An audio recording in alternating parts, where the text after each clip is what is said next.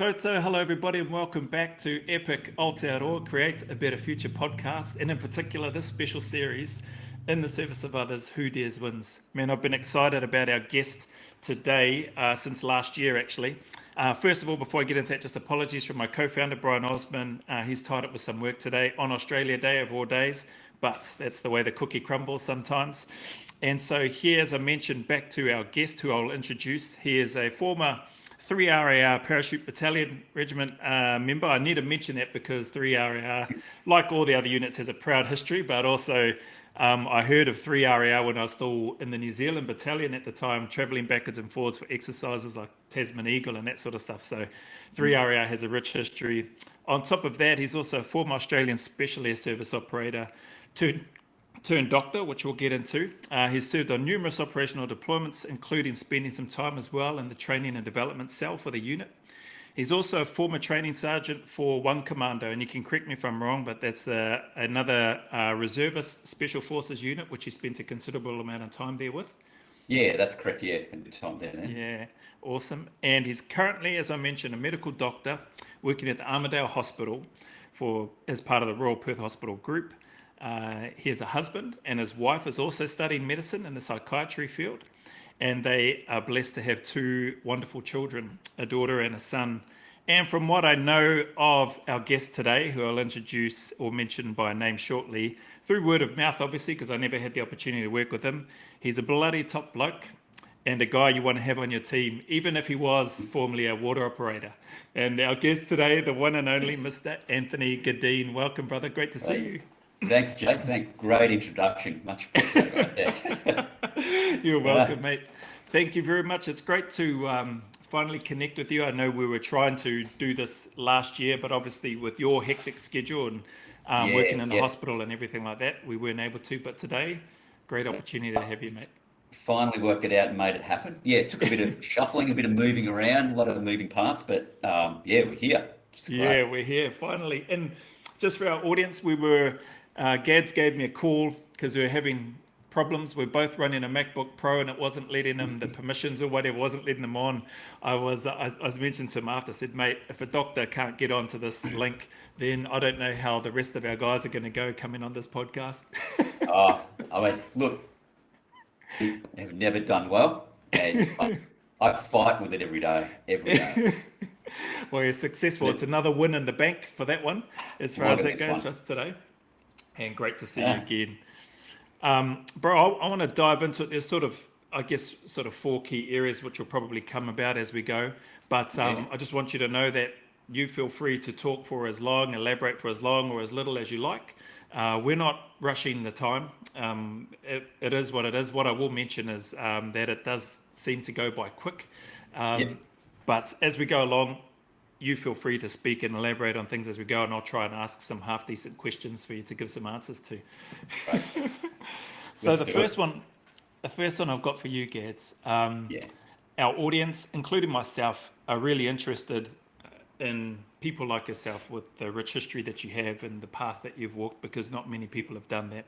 And I guess my first question that I want to ask you is, how old were you when you decided you wanted to join the SAS, the Special Air Service, and what were your drivers behind wanting to do that?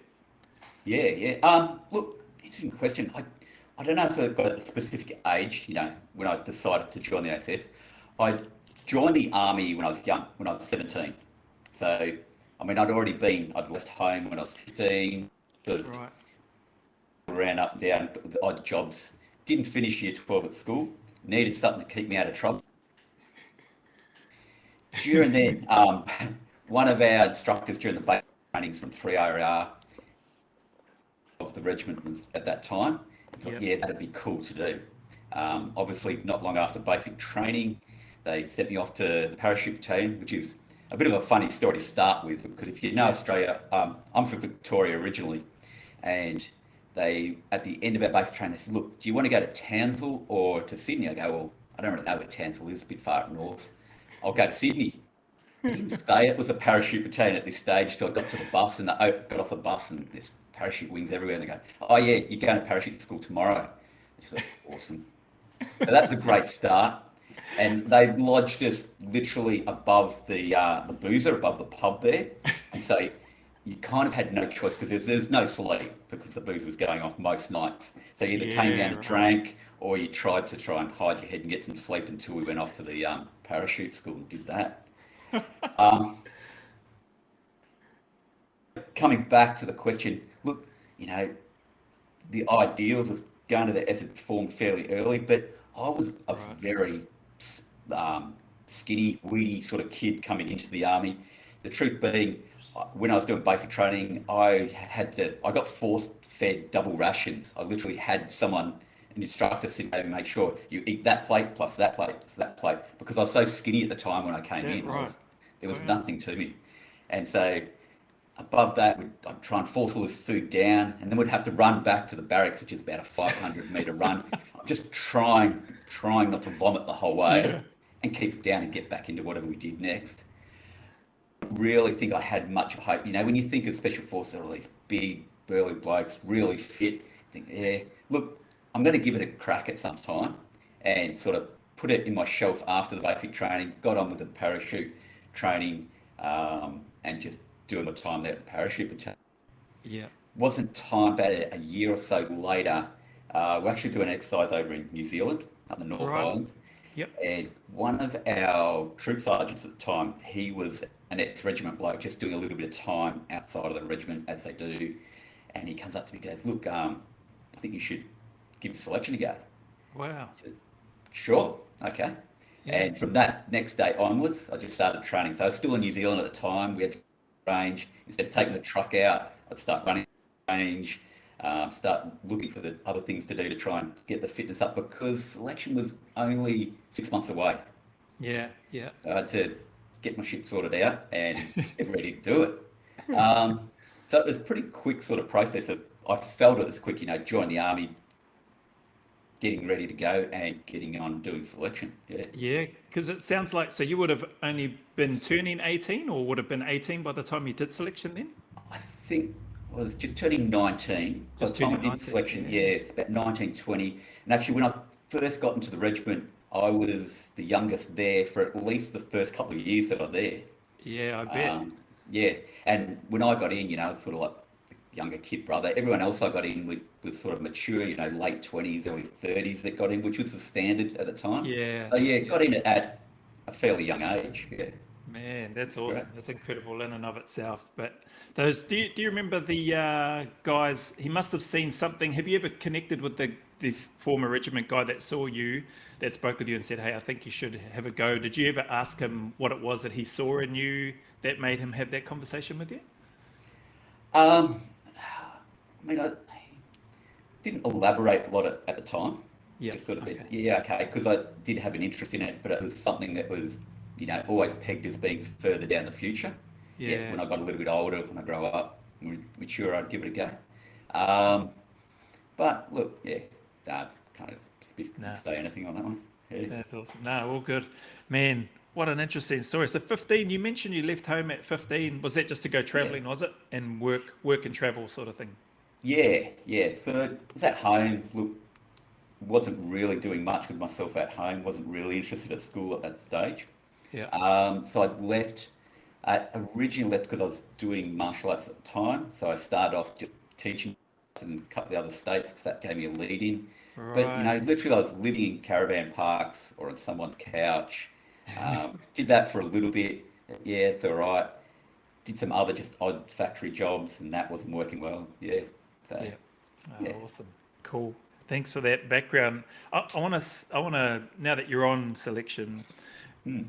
whilst you're on selection, what sort of things were going through your mind, Gads, in terms of, so in relation to tasks that you were expected to perform and the lack of sleep and being hungry, etc. What sort of things were going through your mind during that part of the process? Yeah. Well, I mean, even to start off with, just getting there. So Yeah. the plane does the trip around Australia. The big Herc flies around from each state, picks everyone up. Got onto the Herc, sat down, and again, I'm still a relatively small person, Yeah. skinny kid.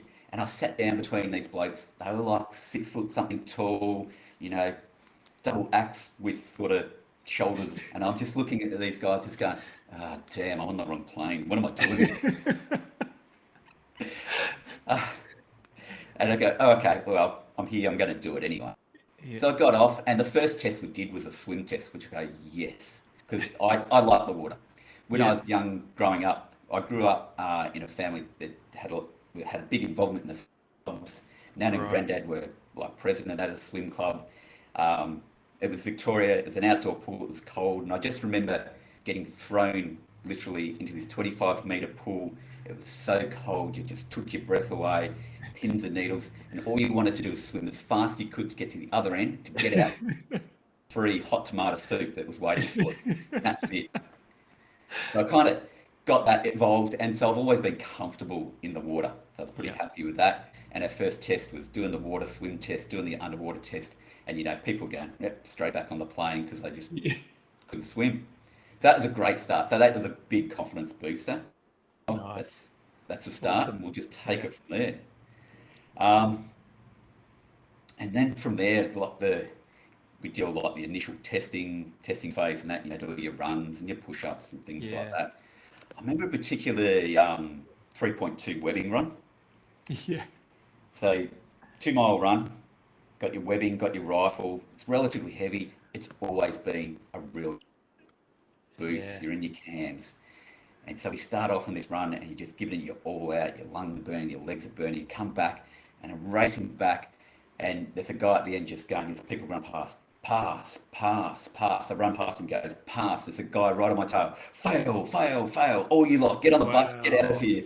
And it's like, as I'm there lying, trying to pick myself up off the ground, just think that was close. Yeah. Um, Yeah. yeah, and sort of, I think sort of selection like that, just holding on, just pushing yourself and just getting through it. I mean, I enjoyed the happy wanderer part where you're out there just walking by Yeah. yourself. By yourself. But, yeah, just doing your own thing. That was my happy place, being out there.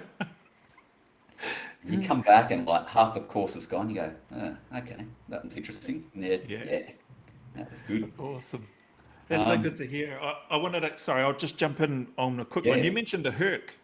mm, So, from what I understand, because it sounds like your selection, what you went through, Gads, was pre the barrier testing. Was that right? Where they would go around do some barrier testing before getting candidates to fly over. Is yeah, that right?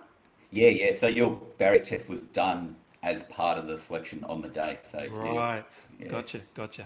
It's one Cool. of the Sorry. first things you did. Yeah. Um, so yeah, so selection, yeah, heaps of stories, just walking around, yeah, tired, hungry, and things like Yeah. that.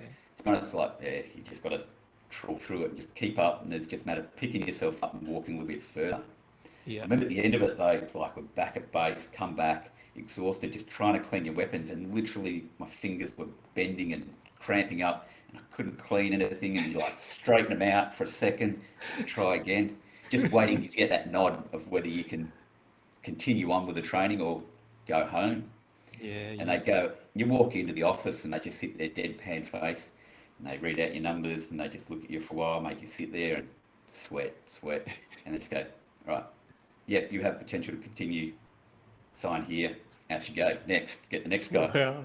It's like, cool, go back. And then post that, just sort of waiting around the next couple of days on the base and you just start to recover. And the Yeah. hunger and the lack of sleep, even though you're tired, we had like an open mess hall at that stage. And so every 2 hours, you just watch everyone sort of wake up, wander down to the mess, mad feed, go back, sleep, come back down, mad feed. Um, we did that for a few days before they sent us home. And we did selection in November. So Right. everyone went home for Christmas leave. Yep. And I reckon guys just went home, didn't ate. Just 8. The guys came back 6 weeks later. There's some fudge to be worked off. The guys got some incredible weight. Wow. Rio Cycle quickly sorted that out. So Yeah, I bet. We'll get into that. They were obviously grazing in a good paddock over that oh, leave, eh? absolutely, yeah. And what about you? Were you one of those? Did you come back with a significant amount of weight on? Were you force feeding yourself double rations? Oh, pretty much. Yeah. Okay. And with that, so that process you're going through there, do you remember, Gads, how many? Because the Herc flying around collecting everybody, I would imagine there's a few hundred people at the Yeah, start. And do you remember how many of you finished your selection and how many of you they accepted to carry on with, for further training for the cycle? sure. So the start of the course is about 120. Right. The end of the course that got through was about 20 odd. Yeah. And I think with only maybe one, maybe two that didn't get selected out of that group. Oh, wow. So, So yeah. it's pretty good, yeah, pretty tight Yeah. group. Nice. Awesome. Oh, great to hear. That answers that one. Did you ever have any doubts, Gads, while you were going through selection? Did you ever have any doubt in terms of not sure? You sort of touched on it when you're looking, I'm on the wrong plane, appearances, I guess, of looking at people. But once you were into it, so even say after that first swim test, day one, did you start to feel maybe any difference or were the doubts still there constantly throughout the selection for you? Uh, I think it definitely improved. Yeah, that Yeah. plane from the plane trip and doing the swim.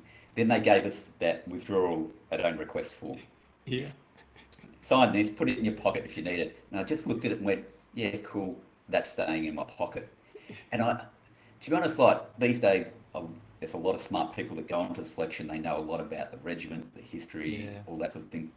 Yeah. Look, I knew I was going to get stuffed around for at least 21 days. And just went on with that kind of mindset. Okay, Yeah. doesn't matter what they're going to do, what happens, they're going to stuff me around. That's the process. And I've just got to try and be there at the end. And just Yeah. took on that kind of mindset with it. And it really served me well. That I thought there wasn't a stage where I thought, yeah, I'm going to hand this form in. Yeah. Even during the Happy Wanderer, you walk around the middle of the night. I remember one stage at night time, it's dark, pitch black, walking through the bush, hit like a log or something with your shins. Your pack's that heavy, just flips you over and your face plant in the ground. Smack! Lie there for half a minute, go, get back up again. Take another couple of steps, hit another one in your shins, and your shins are so sore. Smack! Bang! Lie there for half a minute, going, and just decide how long I was going to lie there before I got up. But it wasn't really a point of like, I was going to give up. It was just like, just keep going Yeah. and keep Awesome. trawling through it. Yeah. Brilliant. Did you have any mates, like close mates from your unit, from 3RR or wherever, on selection with you? Not really. There weren't. No. I remember there was a few that sort of started. Yeah, we all posted. We said we're going to do selection during the training cycle to get ready for selection. Um, the couple of mates I was working with bailed, and there's one other Right. bloke. He wasn't a mate, but he's the only other person I saw out training when I'd go do the long pack marches Yeah. for Right. selection. He was walking that way and I was walking this way, just give the nod and just keep walking. And every time, once a week when I did pack marches, I'd just see him walking the other way. Gotcha. And fun enough, he did it. He passed as well, got in, and yeah, and I think he's still smashing it there today at the regiment. So yeah, Wicked. Awesome. And so you trained for roughly almost 6 months proper, like from yeah, once you had that conversation, roughly about 6 months proper training, six eh? months. Got what information I could, got that training program they give you, Yeah. and just followed that as closely as I could. Given that I wasn't given any time off, I still had to fit in exercises Yeah. and all the other training and that around it. Still got sent away. I think we did like a trip to Indonesia in there. So I'd Yeah. find and make opportunities to try and continue my training, and didn't try to let none of that slow me down as much as I could. Yeah. Awesome. And Yeah. sorry, you mentioned Indonesia. You still fluent in Indonesian, Bahasa, I in don't the know language? fluent. I still know a fair bit of it. Haven't Oh, practiced it for a awesome. little while, but yeah. Yeah. Wicked. So yeah, and that was yeah, done a little bit of language training, which is good. Come in handy from time to time, especially Yeah. like in a place like East Timor and things like that. It's Yeah, good. definitely Yeah, with the hearts and minds stuff that you mentioned as well. Or that's yeah, recognised that I see from what you yeah, and I and the information that you passed to me so far. We'll get into that too. Um, awesome. I'm looking at some of these things, and you've really touched on some through some of your answers. But I'm going to ask: did you have a plan B if you didn't get through selection? So if you didn't pass selection, did you have a plan B? And if you did, what was it? I did have a plan B. Um, so at that stage at the battalion, I'd done my recon course. Yep. We'd done like a pre-sniper selection and been okayed for that. Yep. And I'd literally just been posted to the recon platoon. And I walked in the door, and it's the day before I head off selection. The two sergeant goes, "You're either going to pass selection, we'll say see you later, great, or you come back here and we're sending you off to the sniper course." And that was my Right. plan B. And I would have been, probably would have been happy with that as well. It sounded like a great plan. And yeah. So, Yeah, yeah. awesome. Oh, no, great. So that's good to know. I'm always interested asking their guests if they had a plan B. It's interesting. Some people, I think, um, a lot of people didn't have a plan B, or their plan B might have been, well, if I didn't get selected or didn't complete it, they were going to go back again. Do you think that that was something also in the back of your mind? You would have got some more experience with the sniper stuff and then possibly gone back again? Possibly gone back again. I don't know Yeah. how I felt about that straight after selection because I was smashed. I don't know how Yeah. my body could have done that again. And I'm absolutely awe-smacked at the guys that do go back and do it a second Yeah. or a third time. And there were quite a few of those blokes within my group that this was their second or third shot at it. Yeah. Um, and that in itself is so impressive to back that up and do that again. Yeah, hats off to them. Yeah. Hats off to them. All right. Great point. Hey, I wanted to ask you as well. Thanks for the answer so far. What did you think you were being selected on? Like, did you have any sort of idea? Because I would imagine at the time that you went through as well, there's probably not a heck of a lot of information accessible around the unit or the regiment itself. So, did you have in your head, aside from knowing that you're going to get stuffed around for 21 days, did you have in your head the sorts of things that they might be looking to identify potential operators or future operators of the unit? Um, Look, the idea was like, and I know this to this day, it's a 21-day job interview. So you got to sell Yeah. yourself, sell all the aspects of yourself. Make sure that you stand out enough in the crowd, but not too much. And I Yeah. knew Yeah. that you had to find your balance in between there. And so, yeah, I just managed to make sure that look, when we did an activity, make sure you have some input, have some say, Yeah. make sure that when you're running to not be the last in the pack, doesn't matter if you're not first, Yeah. Yeah. help out your mates, give all the attributes that you want to see in yourself, in others, Yeah. and yeah, and you can show those attributes, then that's all you had to do. That's about Beautiful. all. That's all I Yeah. went. Nice. And have you, I would imagine that you have, but it's always good for me to hear from people like yourself that have been there and done that. Did you find once you completed selection and you've been given the news, yeah, the potential recommended for further training, go get the next person, that sort of thing. Did you come out of that with maybe a renewed sense of just what you're capable of and how that can and could and would apply going forward for you? Yeah, I mean, I suppose to a sense, like, yeah, it was quite amazing that I could do that, that I could keep Yeah. up. Look, I could never really get too far ahead of myself. I say in the Mm. regiment, I'm just an ordinary person trying to keep up with all these superhumans. There are some really fit, strong, very Yeah. intelligent blokes there, and damn, I've just got to work as hard as I can to keep up with them. So they keep you pretty humbled all the way. Yeah. But to know that you can walk beside them is a really good feeling. Yeah. Beautiful. Awesome. And as you look back from where you're at now, because we'll get into the medicine stuff and that bit down the track, but as you where you're at now, and as you look to connect some of those dots back, do you see how or where did the selection play a pivotal part in you being able to just go on and become a doctor? Because for me, not having done anything like that, that seems very daunting in and of itself to put yourself through that level of study, education, work, to be able to achieve that. Did you ever lean on, or have you ever leaned on your selection experience and or cycle that's helped you think, moving to where you're at now, maybe? Um, Absolutely. I think one of the things that led me to say, look, it can be done is by Yeah. doing, by applying myself, probably, yeah, a bit selection, but more through, all the courses we do in the military. Yeah. And like you do a course, and if you work at it, you can achieve it. And it's just a matter of, you've just got to find that way to break it down so you can get there. And I think Nice. with that sort of knowledge is, look, because before then, wouldn't have really called myself educated, or particularly that smart. But by going through the army process, knowing that I can learn things and then apply them, and believing that that process was what I would apply when I tried out for medicine, and further on. It's just that same sort of thought pattern to get through. Yeah.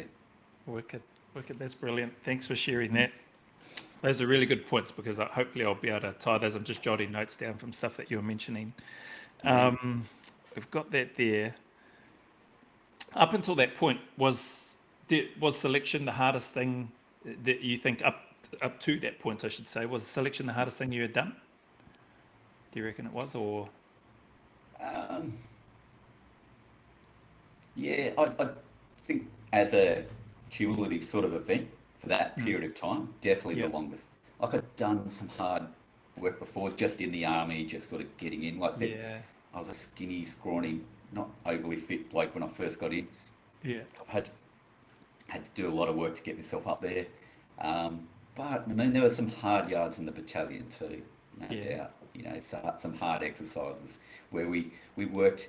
And I think one of those was particularly one of our exercises we did in the South Island of New Zealand, where we were just like on the run for a week. You sleep very little or nothing, doing dawn attack after dawn attack after dawn attack, day after day. You know, that was very arduous in itself, but it set me up well, knowing that kind of parameter, that you can function and you can continue on to do these things and actually get better, even under those stressful conditions of no sleep, very little food, and having a lot of stress put on you. You can still improve. Yeah. Awesome. Great to hear, man. And I just wanted to ask, so that that piece on here where you've spoken about your process of breaking things down and how that allowed you to be able to apply that to where you're at now, and obviously things going forward. That's such a critical point. I just wanted to ask you, what tips or advice would you give to aspiring people? We have a number of, for your information, there's a number of people that are either serving or not serving that have been really uplifted by the humanity aspects of the individuals like yourself that have come on, and just they're regular blokes, so to speak. They're just normal people. What tips or advice would you look to share, looking back and reflecting on your career and the things that you've been able to do, to any, or that next generation, those next aspiring generation of people wanting to join a unit like the Special Forces? What sort of advice would you try to give to them? The selection course is pretty sort of specific sort of preparation for that. Finding out the information you need and going through the process of the prep. I mean, the information is out there for doing preparation. You know, they give it to you for that individual selection course. But some of the best advice I got for doing selection course was sort of slow down and stop just prior to it and eat as much as you can. That week, 2 weeks prior to selection, just like tapered off all the training and just ate like as much as I could, so at least had some sort of reserve. I did see some of the like ultra fit blokes coming in there, sort of must have been training up to day dot, and they just burnt out really quickly. So you've got to think about how to pace yourself. You've got to put on things like selection. You've got to put on a really good show. You've got to put on, you know, your 80, 90%, but having that bit in reserve, because the next activity, the next thing you've got to do, learning to train a little bit pre-fatigued was something I also learned well in preparation for selection. Nice. It's doing like a bit of training in the morning, get yourself ready, train again, get yourself ready, train again, but you'll still be fatigued from the last one. And self-care, even through the arduous sort of thing of studying medicine, and that I do today, is that self-care is vitally important. If you don't find your weak points are and how to protect yourself, whether that just be putting some strapping tape on where your pack rubs on your back, or on the back of your ankles, or something like that, knowing when and where you need to just take a little bit of time out and just sort of breathe and get food where you can, sleep where you can, and just looking after yourself. Nice. I think that is really important. Yeah. Brilliant advice, man. I just noted down those. I tried to write as quick as I could, but I love the comments that you talked about, finding the info and do the prep, slowing down and eat as much as you can prior to, leading up to. That's definitely a top tip. Pacing yourself, how to and how to keep that, that bit in reserve. These are really great tips. Training pre-fatigued, that's another great one. I didn't hear of that, and that's the first time I've heard somebody mention that, so that's a great tip as well. And the self-care and time out to breathe, those final three bits that you just mentioned there as well that I noted down, really good points, and I know that they'll be helpful to those that are listening. And ultimately those people at the end of the day that, yes, they may be enjoying the comments and insights from people like yourself that have been there, done that, but they've still got to put in the work, and that's where the rubber meets the road, so to speak. Absolutely, yeah. Hey, on with regards to, and I want to lead in now into cycle for you, because I think there's some really good content and stuff there in selection. On your cycle, can you tell us how was cycle for you? Like in a few broad brushstrokes, and I guess depending on, I'll probably hear you mention some stuff which will probably prick up my ears anyway, but a few broad brushstrokes in terms of your cycle. What was that like for you, that experience with the amount of information that's coming in, the need to be able to take that, digest it, and apply it effectively? How was that whole process?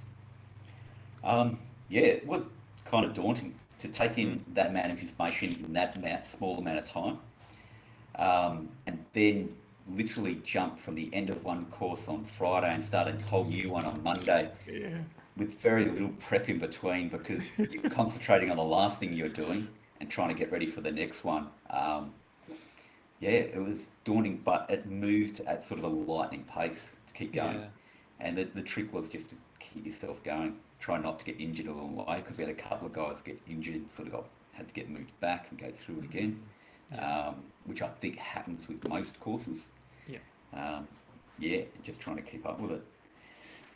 And what are some of the standout courses for you that you either found really quite challenging? Yeah, maybe we'll just start with there. What might have been, a few of the standout courses for you that you found quite challenging, and what were your coping strategies in terms of how did you deal with those or try to move through those? Yeah, look, I feel most people would agree one of the most challenging courses and one of the most scrutinised courses is your CQB course. So Yeah. learning how to do your ring clearances, running around in body armour, running around in gas mask, getting to shoot under pressure, you learn how to shoot accurately, new types of weapons. There is a lot going on there. The process they use of gradually building that information, starting off with the basics, starting with no equipment, building on, works well. I found though, I had very little experience using pistols and shooting with that, so I needed extra work. So I looked for extra time outside where I could either work with others or just visualising. So at home, I would get the toy guns, do my room clearances around the house. The kids were small at that stage, so now I do room clearances with my 15-year-old who loves it with the Nerf gun. And but yeah, or just visualising, just sitting there running it through my mind, like what to do and walking it through. Taking things back as far place, so try not to get caught up in the speed of it because it can be a quick moving environment. I use some of these same processes now in the line of work that I'm in now. So I'm moving into intensive care, Right. where we go to a lot of like the what they call met calls or emergency calls and things like that. And the process is the same of having a systematic approach and slowing the process down. Because those that don't have a systematic approach tend to go here, there, and everywhere. It ends up rushed and things get missed. So taking it back to those steps. Now, in saying that, I do that now. I learnt that the hard way on the CQB course. I was a mess at the start. It took me like half to 3/4 of the way through it to realise, that's what I should be doing. And then once I started applying that, it became a whole lot easier. Awesome. Awesome. And was that through just your observations of seeing what was happening, or was it through more the instructor's delivery or different instructors' delivery of what they were trying to get across that got you wired that way, or was it because you saw other people or something that you just felt you naturally sort of felt that you needed to start doing? I thought it was probably common. Yeah. One of the tricks learnt is, and you use it in the military all the time, is have a look around the room, see what the Yeah. hell everyone else is doing. Yeah. Okay, if I'm doing something different, I'm probably doing something wrong. So having a look at that, but we did have, I mean, as you know, we have some very good instructors there, and the way they structure it, the way they break it down and build it, and it, like I said, it's a way of thinking, and Yeah. it just takes a little while to click into that way. It's a practice thing. So, Brilliant. you know, if you want to look at going all the way to the neuroscience, it's about setting up those neuro pathways within the mind, and they will eventually click, but it takes a little while for them to actually physically build in the mind. And Yeah, once they're true. built, you can start overlapping and overlaying other learning process, not processes, but other things that you want to learn on top of that framework. Yeah. Nice, nice. And how long did you serve in the unit all up? It's more than 10 years, right? Oh 15 yeah. plus years or something? So 20 years in the army total. 16 Yep. of those was in the regiment. Man, long It time. was Awesome. yeah, and it was a exciting time, very exciting time to be. Yeah, There's, you know, a lot of overseas deployments and things like yeah, that going yeah. on. A lot of changes to the place. It was a lot of fun. I enjoyed it. Beautiful. Yeah. And we'll get to that because I want to ask you around. Well, actually, I'll do it now. So, Mm. with those 16 years and with the time in that in there, what was the process like for you in terms of deciding that you're going to leave? Because you're only what, 43, 44, or how old are you now? 46. 40, 46. Okay. 46 years old, still young enough, plenty young enough to be operating in the unit. So Yeah. what was that process for you like, and what was the decision to go, I'm going to leave the unit and go study medicine? Um, I think the decision process was, well, there's a few things going on. Yeah. One is getting like, it's hard on your body working the unit. Yeah. To stay in as long as with as little injuries I've had is kind of amazing Yeah.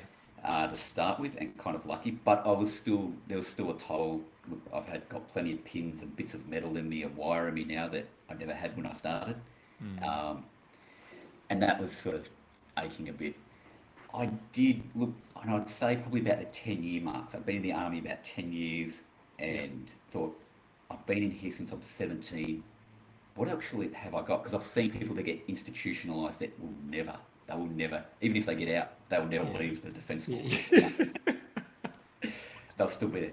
All right, what else have I got that I can offer? You know, what else am I interested in? And I found it was some of the experiences that we had whilst in the Defence Force. So Yeah. when we're going overseas doing some of those hearts and minds operations where med clinics and that would get set up and we're talking to the people, I had a bit of an interest in that. And then when Yeah. it became a bit more intense as we're dealing with things like over in the desert as well, and I thought, well, I was interested in that kind of area. And I thought, yeah, about the 10-year mark, I said, well, I want to get out and try something else. Of course, there's always the next job, there's always the Yeah. next trip, there's always the next course. So it actually took me another 5 years, and then I went, oh, hang on, what am I doing? And then it's another 5 years on top of that to actually, pull the pin, I'm out. Yeah. I've got to get out of here. If I'm going to do this, I'm going to do it now wrong. So, yeah, it probably took me 10 years total from the decision point of, yes, I'm going to do this, to actually So getting on that road and doing it. that's brilliant, though, man. I mean, it's great to see because it's not easy to walk away from, right? Obviously, from listening to you, it's not the next job or the next course or the people in that you're a part of, and who become, in many cases, probably some people might say even stronger bonds than family in a lot of cases in terms of siblings and that sort of stuff and the relationships that are built. But Yeah, yeah, certainly not an easy place to walk away from, for the people that I've been lucky enough to interview and have the chat with, and you sound like one of those as well. And with regards to, so you, yeah, 10 years and then another 10 years to execute yeah, the plan. And then, actually, no, we won't go into the medical stuff yet. I want to just sort of backtrack into cycle and sort of life as an operator without breaking any OPSEC type stuff, just sort of a general, people are interested in terms of how hard is it, like what do you do each day, like what's a typical day or a typical week look like for an operator in the unit and that sort of stuff. And I guess Would you be all right or comfortable to just give a general broad brush overview in terms of what that was like from your perspective without delving into the nitty Yeah, gritty yeah, stuff? because it is an interesting question. It does come up kind of often, Yeah. and always found it a very tricky one to ask. What's a typical day? Because Yeah. one of the main reasons I loved that job was there wasn't a typical day. Mm. You were always doing something diverse, something new, something different. Maybe it was building on old skills, but it was improving. So it was really tricky to say what you did during a typical Yeah. day, and it depended on what your next focus was. So, like Mm. sometimes some of the time was filled with doing various courses and things like that. Yep. Some was preparing before you go overseas, so building up all your sort of, so your shooting, your martial skills ready to go. Um, and granted, look, for each time, I went away, I did a job from going over to Kuwait in the early days, going to do the Olympics in Sydney Yeah. in Yeah. 2000, going to East Timor, and then even the trips to Afghanistan, each time they were really different trips each time. Yeah. The first one we were just carting around in cars for about 2 months, to the end sort of trips where, it's very much fly in, fly out type of thing. Uh, yeah, a lot different sort of work. Yeah, So, awesome. yeah. No, that's cool. And actually, Op Gold or the Olympics, what was that like? What was the best part about that for you? From what I've heard from guys that were part of that, they loved it. Going into the different events and just seeing Yeah, what was happening as well as they're there working. But how was that for you? yeah, it was an awesome sort of event to do. Yeah, Even the build-up training, like we got a lot of new equipment, a lot of money thrown at us for new equipment, and the training was, long and intense getting ready for it. So that in itself was great. And we're flying all up and down the country, sort of yeah, doing that during that time. The bad side of it, I was away a lot. I think I was yeah, away like 9 months out of the year that time, just in the build-up training for the Olympics. So we were, yeah, away a lot, doing a lot of training. Um, During the Olympics itself, though, like I was thoroughly impressed by the show that was put on, the how welcome everyone was, all the volunteers, and wandering around seeing the events. I'd never seen like Olympic events really like this before. yeah, Um, I took out of it one of the events I went and saw just out of because we're having a look around the sites was the Olympic weightlifting. yeah, Hadn't really seen that before. That impressed the hell out of me, specifically like the smaller lifters. You expect big guys or big girls to lift big. yeah. The smaller females and the smaller blokes, the kind of weights compared to their body weight above their head was absolutely impressive. I bet. Um, I took away from that. I went and I do a little bit of Olympic lifting every now and again, Yeah, uh, just from seeing that and just how impressed I was by what they could do. And yeah, great. awesome. Um, but yeah, just the atmosphere was really impressive Yeah. around Sydney at that time. If And I ever have another chance to get to another Olympics, I'll be on my plane there. yeah, wicked. Oh man, that sounds it sounds very similar to a lot of other people that I was lucky enough to chat with that were part of what you guys did and doing the tasks that you were involved with regards to Op Gold, and that's awesome. You touched on a piece there with the time away during that particular period of build-up training and that sort of stuff, and I would imagine operationally as well. And this is another really important piece which our audience and listeners have really connected with and been interested in, and that's the relationship pieces. And so, you and your spouse were you married together while you were serving in the regiment? No, no, because well, this is my second marriage. So Oh, okay, yeah, yeah, yeah, married kids before, all the yeah, kids from my previous marriage, yeah, which did sort of fall apart, sort of, I suppose, at the end of my time during during the army. yeah. While you're in it, Um, yeah, okay, yeah, yeah. So um, and it is a hard toll. It is a hard ask yeah, because you're away a lot. yeah, Um, yeah, absolutely. No, apologies to around that in terms of what happened with the relationship, but that's certainly not not a unique situation in terms of we've had a couple of the other guests on here who shared some of theirs as well. They sadly had two relationships lost as a result, and Yeah. then into a third one. But it is hard. Mm. It's difficult for the spouses, and it's difficult for the guys in that as well, with the work that's happening, and children in that too. So everybody's affected by it. Um, with regards to where you're at now, so how did you meet your lovely lady now? Did you meet her through your medicine and your studies? Absolutely. Yeah, we met at med Yeah, school. So once I met at med started school. med school, first day one, first person I talked to while we're waiting there doing the initial introductions, and they have what they call a welcoming to country for the universities to come Right, through. awesome. Yeah, she's one of the first people I talked to, and then it took me way too long to ask her out on a date after then. And then we just followed on and asked her out on a date to go climbing with me, and then we went and did the Spartan race together. Now, Wait. So you asked her out on a date to go do things that you wanted to do, or did you know that she would enjoy climbing and Spartan races? well, no, she hadn't been climbing before, and and she actually did the Spartan race with a broken foot. Well, She's well, yeah, she made it through this race covering all the obstacles, had broken her foot sort of the day or two before, felt it, it's a bit sore, said, fine, we'll just strap it up and we'll keep going. hurry out. Under the race, yeah, got So out she's straight a there, hard say, oh, charger. she is, absolutely, yeah. Everything she does, she's, yeah. That's awesome. That's cool. And it's funny. It's funny to hear you say that, because we had Danielle, Harry Moffat's wife, on, who mentioned one of their first dates. He took her to go see the webbing guy because he was getting some kit done up. And so when you Brilliant, mentioned yeah, you went climbing and then Spartan race, I was like, hang on. Is he doing this? This is stuff that he enjoys, I'm sure. yeah, But she sounds like she's a bit of a charger as well. So that's awesome. oh, yeah. No, hard case. All right. So I'm really enjoying, man, there's a lot I could sit here with you for quite a long time. And apologies, just Mm, let me know if you have to head off. no, But it's good. there's a lot of information and stuff in here based on what you've shared so far.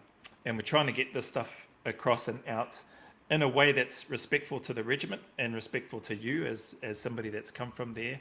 And also hopefully helpful in a way of paying it forward to those that, as I mentioned, that might have a desire to want to go there, and or just interested to know what's going on. Also, the other part that we've found is it's been helpful to a lot of people that that are either still currently serving or that have served as well. I know some guys, and myself included, had been a bit lost for a time with regards to leaving the unit. Maybe not straight away because there was something else to go straight into, but then down the track, some of those things started to flare up, unbeknownst to myself and some of the others. And so this has been a really cool way for people to connect either back to those, have a bit of a laugh, but also see that there is more yet to come in terms of what they're capable of achieving and doing. And so I guess with that, I want to fast forward to where you're at in medicine, and how long have you been studying medicine for at the moment? Or I'm assuming you're still studying at the moment, or has all the study finished and now it's all just work? Well, I mean, technically the study never finishes. Yeah, Um, but I've been out in the workforce for 2 years now. So getting into man, my third year now. awesome. Yeah, and there's 4 years of study before that. Look, interesting point. Just going back to saying, look, you're saying like Yep. when you first get out and things. Look, I think that is a pertinent point that, especially to tight environment, when you get out, there's a bit of a gap or a bit of a loss, even if you have a good plan. And I can't say I've had a good plan, but I had a rough plan when I got out because I started studying paramedicine, so I was lined up to go Nice. work in the paramedics. Yeah. But there's still voids there that need to be finished, sort of filled. That thing of like being of service, Yeah. you lose that when you step out. One of the ways I found absolutely vital to get around is volunteering. So I went and joined up with Wicked. Legacy and started Yep. helping out with the Legacy kids, doing the camps there and helping out where I could. Unfortunately, just through work commitments now, I don't help out as much as I could, but I still keep in touch with them. Yeah. But I found that valuable, a way to connect and a way to sort of give back because, Legacy is about looking after those people that have lost partners in frontline sort of services. Yeah. And I thought, well, I've made it through I should give something back a little bit there. And the other one I did is a volunteer group called Backpacker Medics. And so they were a group that does overseas volunteer work, originally built out of paramedics, but they now involve nurses and doctors and other things. So went over and did a trip to Nepal, helping out, and I utilised some of my skills that I used in the regiment to teach them how to do some rappelling and some rope work, because rescue over there is it's everything's either uphill or downhill, and they've had people fall off cliffs, and how do they get them up? And they have to do it themselves, especially out in these rural regions. So I went and helped out and taught them that. That allowed them to help themselves. Then about a year later, after I did that trip, I got a call after the earthquake. The founder of the Backpack Medic said, "Look, we want to put a team together to go and help out after the Nepal earthquake." I think that's 2015. And I said, "Yeah, count me on." And within 48 hours, we were on a plane, went over there. We basically got some supplies, got a vehicle, and just started travelling around from village to village, working all day, trying to patch people up, that had seen any medical help. Sleep next to the car, and then get up again and go on to the next village and do it all again. We did that for a couple of weeks before coming home. Did as much as we could, self-sustainable, until we run out of supplies and go, "We've done all we can, we need to go home." And I feel that sort of volunteer work is definitely something that people should look for. It sort of helps you through that period of time until you re-establish a new focus. Oh man, beautiful points. That's great. You're the first person that's mentioned that, and that's really, really helpful and insightful. So thank you very much for sharing that, because that service piece is a key part, and hence why this particular series is about that, in the service of others, and that who dares wins approach and attitude and mindset to be able to step out there and do that. So thanks very much, Gads, for sharing that. That's great tips and advice. And you mentioned the backpacker stuff, and I had a look, and I looked at the links and the videos and some impressive work, and the young girl that was shot 3 times, one in the leg, one in the arm, one through the underarm as well. Just really tragic and sad to hear, but incredible that there's people like yourselves and those that you went with to go over there. What was that experience like from that perspective? So that was a trip to Bangladesh. Yeah. We went over there, and the Rohingya refugees were coming across the river, coming across the border over to Bangladesh. And we basically originally started setting up med clinics, but found there was a need for more, because there was already a lot of big organisations there, a lot of big NGOs already set up in place, like Red Cross and that. But we found they were relying on the people to get out to them outside of these camps. Yep. So what we did, we set up originally some med clinics, but then we said, we can do better this, because we can't stay here and do this indefinitely, because that would have been impossible. We're only a small organisation, and this problem's not going to go in a hurry. So we trained them in first aid, how to build stretchers, and basically set up a man-powered ambulance service. So now and it still, as far as I know, still runs to this day, where they help each other out, and if it's too big, they set up a stretcher and they just march people up to get help. And unfortunately there's lots of stories like that young girl being shot, a lot of people with very sort of bullet wounds. There was an old guy there, they described it as a grenade or something, and he just literally lost all the front of his face. He was just sort of tapping around with a stick, but it was literally just an open wound. And we just sort of tried to get him in. He hadn't seen anyone for it at this stage, so we got him into the Red Cross service to see if they could get hold of someone further up the chain, like someone involved in plastic surgery or something like that could help him out. And how? So because you would have seen a heck of a lot of stuff in your time in the unit. Were you patrol medic for your team while you were in the unit? I was sick for most of the time, so I was communications. Did a patrol medics course sort of later on in my career. Gotcha. And then that's something I utilised to sort of part of my getting into paramedicine and nice. medicine from there. Awesome. And so your studies, that's what I wanted to ask you. Were there any sticking points or challenges with your exams? Did you go through and pass every exam, or were there any stumbling blocks where you're like, Blinken, you struggled with any of your exams, or were you fortunate enough that you were able to apply the processes of your learning that you'd done to your courses and be able to just power through, so to speak? Yeah, look, it's quite a different learning process I found from what we had set up in the military. Yeah. There's a lot of self-learning involved. I, I did pass all my tests to go along, but Nice. was I a high flyer? No. It was like just scraping across, getting across that line, get it to the next one, study hard, get to the next one, learn what you can to get through it. And although, yes, still trying to apply those principles that I'd learned, and I still do that today because Yep. yeah, I still study today. So I've just finished another 2 day course, just upskilling and that sort of thing again for my next sort of job that I'm going to take up starting next week. Working. So yeah, the studying never ends, but Yeah. yeah. Are you Yeah. able to talk about what that job that you're taking up next week is, or not at this So stage? yeah. So I'm moving into the intensive care unit next week, Oh, yeah.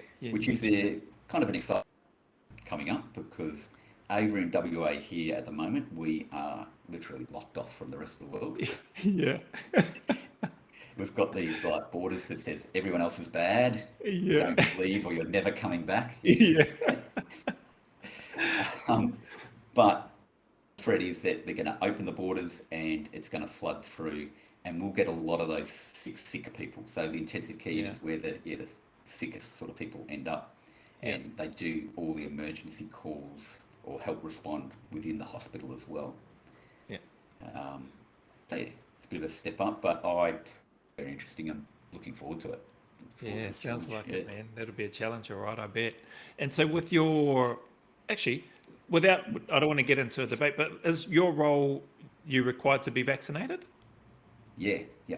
Oh, yeah. So, Yeah, you can't work without yeah. getting vaccinated. Yeah, look, I mean, there's plenty of room, and it's a long talk on debate on the positives, negatives of that. Yeah, We'll yeah. not get into that today, Yeah, but yeah. We're not yeah, worried about that. yeah. Nah, cool. I was just interested in that. Did you ever have a second thought? I know for me, the work that I was doing, I probably wouldn't have done it, but because of the nature of the work that I was in at the time, I thought, oh, well, stuff it. Yeah, I had to get everything else under the sun while serving. So it's just another jab. That was Yeah, my yeah. thought to it. Was yours similar for you? Similar. Look, we've got all sorts of like trial jabs, like anthrax and things like Yeah, that, and it's just like, I don't know what they've, yeah. how many I different never needles knew we what was got. in those. Yeah, Yeah, just giving you another one. But yeah, look, with this coming through, I remember initially I thought, look, it's all new, it's all a bit of uncertainty. I'd like to wait as long as I can, yeah, and I still feel, look, if I didn't, if I didn't really feel like I was going to get sick from it, I probably would have waited out and not got the jab on this one.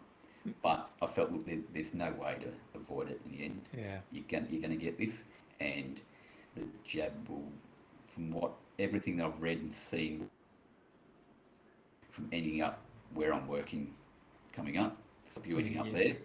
yeah. You True. still might get unwell, but you won't end up there, which is yeah. Yeah, cool.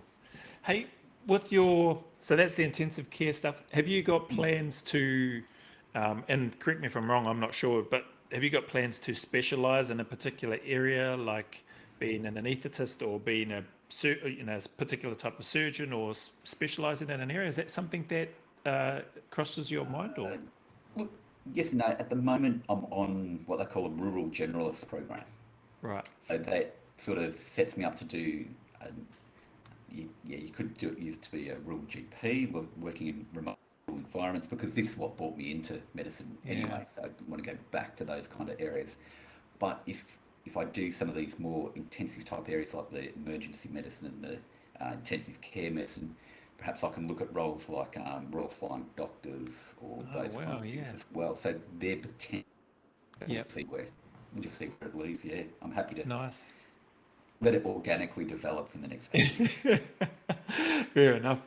And what other things do you look to study or that have your interest aside from medicine? Obviously, I'm assuming that a lot of time is taken with your study of medicine because of your profession and that sort of stuff now. But are there other things so you mentioned Royal Flying Doctors. Is that are you looking at like a fixed wing type pilot stuff or anything like that, or does that I might interest you? leave that for the blokes up the front, and I'll just be the passenger in the back, in the back of the bus, taking care of things up there. Fair enough. No, not particularly. And yeah, I think it is. Look, there's not much time. So most importantly, I try and keep up some sort of training. It Yeah, helps keep my injuries at bay, to be honest. So yeah, as long yeah, as I swim, do lifting, yeah. run, but try not to too much. Do a little bit of climbing because I used to be an absolute avid climber. I used to love climbing. Right. Um, you know, like was a climbing instructor back in the regiment, and Yeah. that was some of my most favourite courses. My favourite courses were the climbing courses. They were just great. Was Salty Um, there doing those? Were you guys working together on those things? yeah, yeah, Or yeah. yeah, Soldy was there. I'm pretty sure he ran all of them that I was on. yeah, Down in Albany, down south here. Beautiful, beautiful piece of country down in Albany. yeah, And yeah, great place to climb. yeah. Wicked. Oh, Uh, that's cool. I wanted to ask you. So your injuries? Did your injuries were they pretty much from the military? Pretty much. Yeah, Yeah. yeah. Just Are you able to speak about some of the injuries specifically? Not necessarily, you don't need to say where they happened or whatever, but like, is it a knee reconstruction or is it a stuff that from a hard uh, landing or whatever maybe? Or yeah. Probably my most prominent injury is probably from yeah, a hard parachute landing. So yeah, I right. now have a metal hip. They call Wow. it a resurfaced hip. So originally crumped in pretty hard. It chipped off a bit of bone. That bit of bone then just ground out all the cartilage. So I was literally just grinding bone on bone for a while there, and I Wow. was hobbling around on a walking stick. Couldn't walk very far at all. Found a doctor who said, "Look, we can put a couple of bits of titanium in there and see how you go." I said, "Yeah," and that was 10, maybe more, 12 years ago, Yeah, and right. a lot of rehab. So Yeah, I've had a few other injuries which have just always worked hard on the rehab to get back yeah. to as best as I can. Mm. Um, Never come back quite to 100%, but close enough to be functional. Mm. And away you go. Man, and is there a lifespan on that titanium stuff that's in there? Like before, does it need to get changed out, or is it like it's in and it's good now for? Theoretically, about 10 to 20 years, Yeah, right. Okay. but it depends on. Oh, yeah. Okay. Sorry, it just paused there, and I didn't hear. So it depends on how much Okay, you use it and how abuse much it. you You use said. it, yeah, how much you use and abuse it, and it can vary from person to person, really. So, Yeah, um, gotcha. yeah, just make use of And it while it's there. yeah, yeah. Good points. Hey, I wanted to ask you this. This probably ties in also with regards to the work that you do now, because I know that that's where we're at. But it is a question that I wanted to ask you because it's interesting in terms of trying to find out either how what you might have used as coping strategies or what you and your team might have done to cope when there's a loss within the team environment or a loss of life or somebody's badly injured or the processes that you go through. Moff sort of spoke about, he carried a lot of self-guilt for a while there with regards to his situation as the driver and that sort of thing. But is there, and I'm assuming, like, sadly, it may not always be the case where you're able to save everybody in your medical profession that you have. Is there, I guess, coming back to the unit part first, how did you cope with, or were there times when that happened, and what did you do, and what did you and your team do to try to come to grips with if you lost one of the brothers on a job or in training or whatever? Yeah. I mean, because again, as you know, it's quite a small unit. So if you Mm, lose anyone within that unit, it's probably felt quite deeply, and yeah. particularly if you've had any period of time working with them. Um, there is a bit of thought of like recoil of like the initial thoughts of like, what am I doing? Is this safe for my Mm, family? What are the consequences of that? It brings home that kind of reality, and then but I've found whilst in you don't focus on it that much. It's just like, all right, we need to get on with the job and do the yeah. next job. And a lot of that probably almost grieving process, I think, gets delayed a lot and won't catch up with people until they slow down, Mm, potentially get out on the other side and that sort of thing. Um, how to deal with it? Look, yeah, you can talk to people. I think the best way was always talking with mates. Talking with people that have gone through the same process. So, I mean, still do that today. Catch up with mates. Have a chat with them. Have a coffee. Maybe have a little bit of a reminisce and sort of. That's the best way to sort of digest it that I've found. Is yeah. Nice. Awesome. Thanks for sharing that, Gads. Just noting that. And what about in your work as a medical doctor and the people that you're serving there in those capacities when they come in, and how do you find is it, I don't want to sound disrespectful, are you more detached from a person that comes in, and if you're sadly unable to save them in that case, is it what's the feeling like there? Is it quite different? Obviously I imagine it will be different because the bond hasn't been created and you haven't been through the same things, but is it tough for you? Do you carry that when you go home? Do you think about it? Do you talk about it with your wife? What happens there for you if and when those sort of situations happen? Yeah, look, I'm in a very fortunate position where I've got someone at home that will understand that what happens at work and why it happens and that sort of thing. Yeah, you go home, have a chat about it, maybe just go through, like, talk out the process. But yeah, there is a certain level of detachment as well. It's going, look, for a lot of these people, you did everything you could at the end of the day, and you just sort of reconcile and say, I did everything I could to the best of my ability, and that was still the result, and there's nothing more I could follow on with that. If there's any lessons, try and pick up on them. Was there anything else we could have changed? Is there another bit of equipment, another way we could have done it?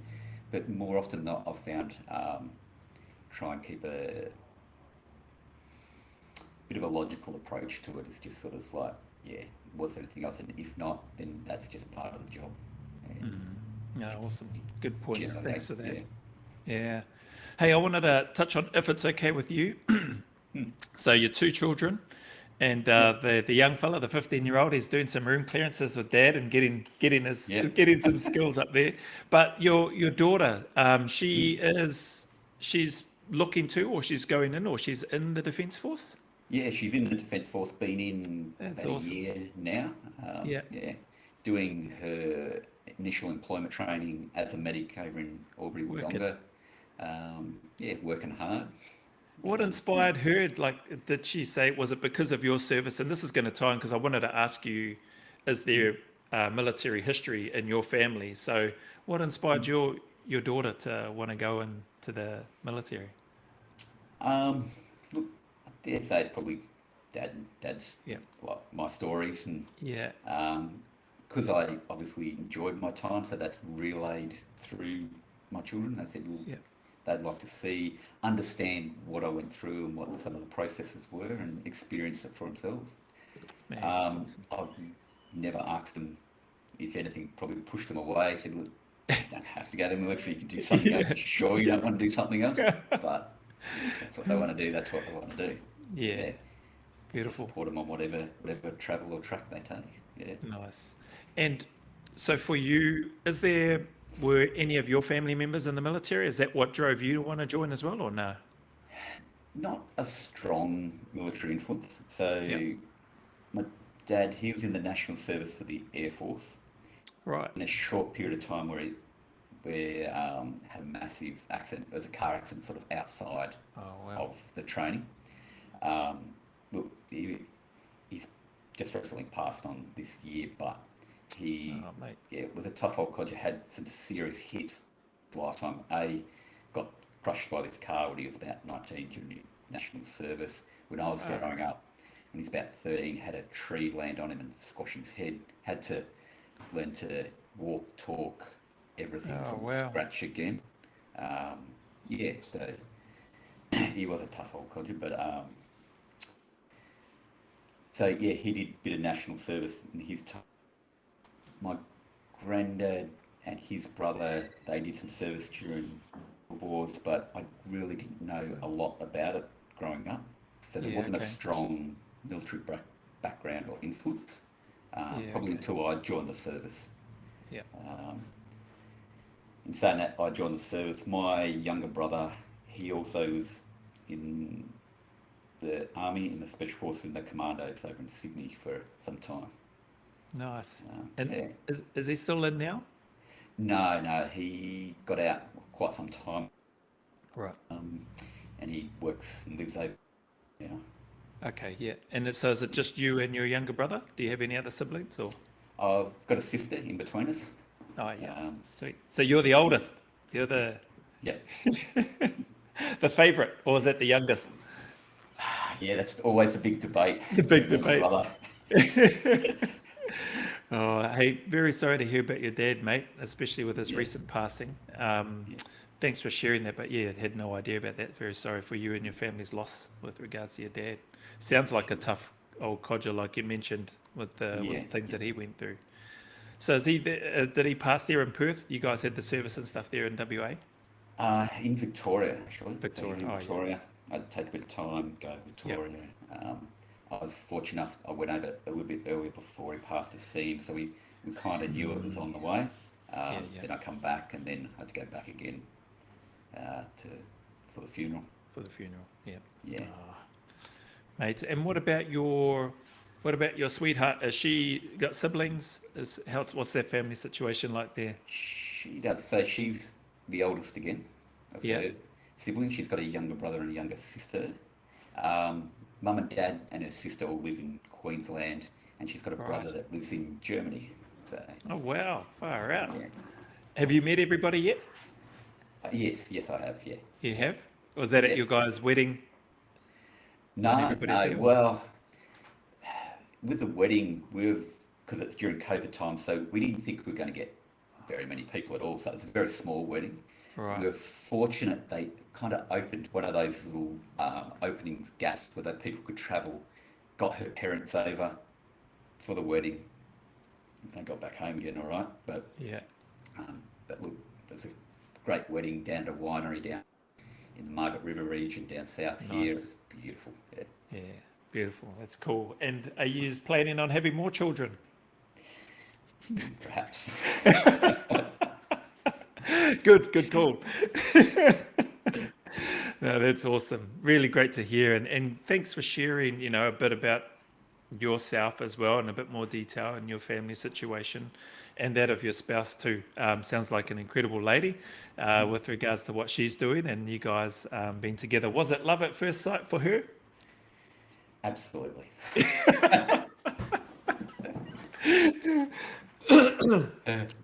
That's good. Yeah, just so that we have it on record so that it's Yeah, she can hear that. It was love at first sight for her. What about for you? absolutely. Yeah. Yeah.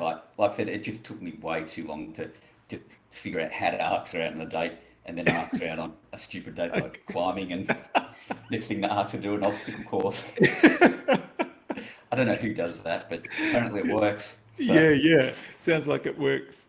No, that's cool, man. Very good to hear. And so what are your with everything, are you one of those people that plans, 5-year plan, 10-year plan or whatever? Are you wired that way or a little bit, yeah, yeah. yeah? Every now and again, I do a bit of a whiteboard, Yeah. put on the range of possibilities, and then figure out which ones I'm going to sort of target for with a couple of Nice. backup plans along the way. And have you got any sort of rough targets that you've got mapped out in your head of what you're looking at in the next sort of 5 years, 10 years sort of thing? A bit, like always allow for a little bit of organic growth as well. But Yeah. look, continue down this medicine pathway, Yeah. finish up my qualifications in whichever area, especially I choose. Um, Looks Nice. like, yeah, and yeah, just follow down that. Yeah. And you help out, Nick speaks very highly of you as well, Caldwell. You help out Yeah, with yeah, stuff at the mill and that as well, from what I see. absolutely, yeah. So yeah, Yeah. Nick was one of my best men at the wedding. Oh, Um, and I love helping out down there. Look, for me, it's a great avenue to take some of those things that I've learned throughout all my time in the military and give it to people in the community to help them out in their lives. yeah. It's a good way to give back. I absolutely love it. Yeah. Um, Awesome. yeah. It's great to hear. And is that where you get, do you do most of your, or not most of your training? Whereabouts are you training these days? Are you training usually from home or at another gym, or just your, From home, I go yeah, get up to the gym, which is up to the mill gym, or yeah, yeah, if there's a local one, a bit closer as well. yeah, Go nice. there, do a few sessions with the wife as well, because she wants to smash it out. I'm always on the run. I've got to make sure that I can lift just a little bit heavier because Yeah. chasing my tail. Yeah.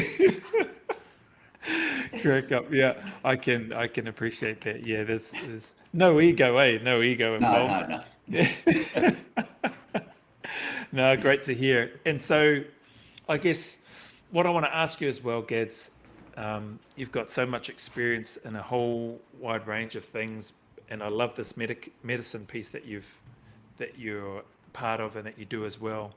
What have been some of the, so from the medicine side of things and what you've been able to do, from the volunteering aspects even to your paid employment role as a medical doctor, what have been some of the, I guess, lessons that you've taken away that have really impacted you, whether that's through your study of medicine, whether that's through the application of medicine, that you would want people to, I guess, maybe bear in mind or have in mind in relation to life as a whole, or just their life in general, or the things that they might be looking to do or stalling to do? So you touched on, I'm trying to give some context.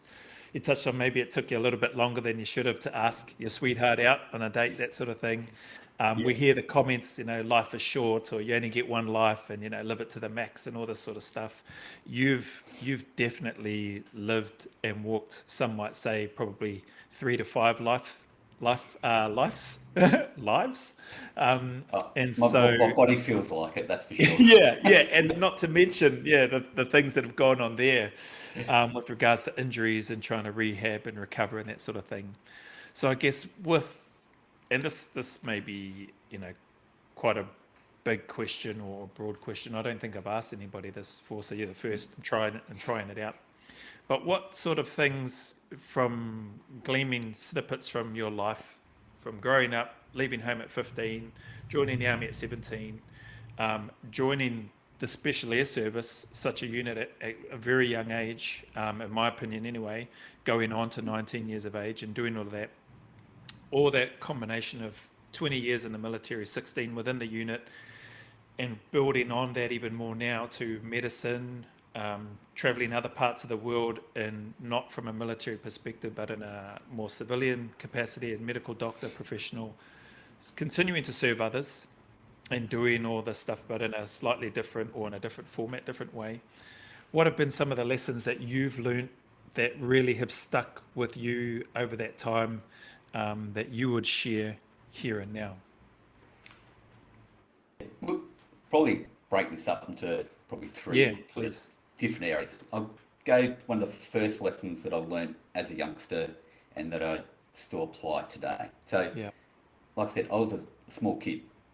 Used to go out and do paper rounds in the morning, push by, pitch black in Victoria. It's cold, wet, and rainy. And it started off, and lots of people had dogs, not on leads, not behind the fence. They would come roaring out to attack you. Yeah. First thing I learned is you need to turn around and you need to face them. So you need to turn around and face your fears, face what's frightening you, give it a roar, Nice. and it will back down and push it back.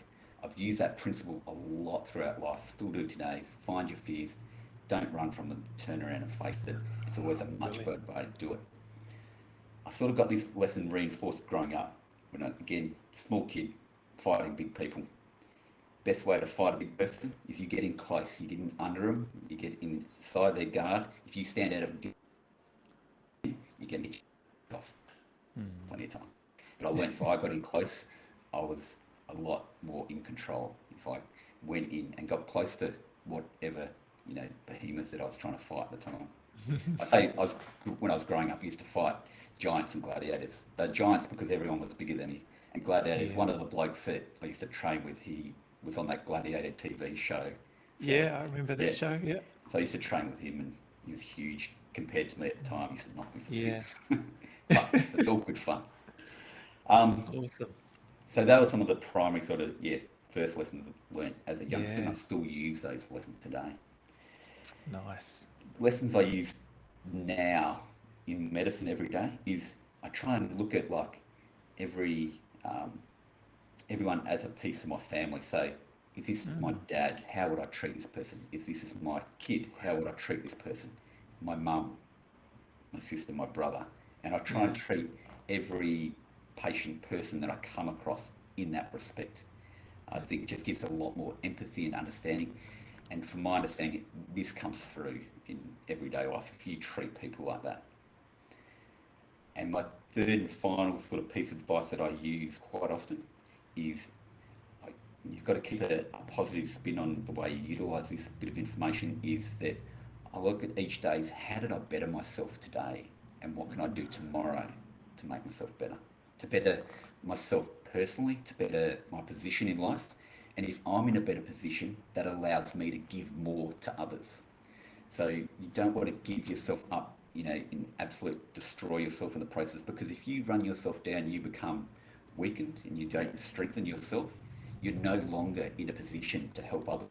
I need to make myself strong so I can help others. And that's what I try and work towards on a daily basis. I ask this question of myself. So Man, um, that's my bits of advice for you. brilliant, man. Beautiful. That ties in so well with everything else that you've spoken about and things that you've touched on today. And I love those points. Facing your fears, don't run from them, move in towards them and take them head on. I really love that second point about how you look at and view people as though they're your family. And I love that analogy or comparison that you used. If this was my dad, if this was my mum or my sibling, and that sort of thing. Beautiful points. And yeah, 100% agree. You treat people, do unto others, right?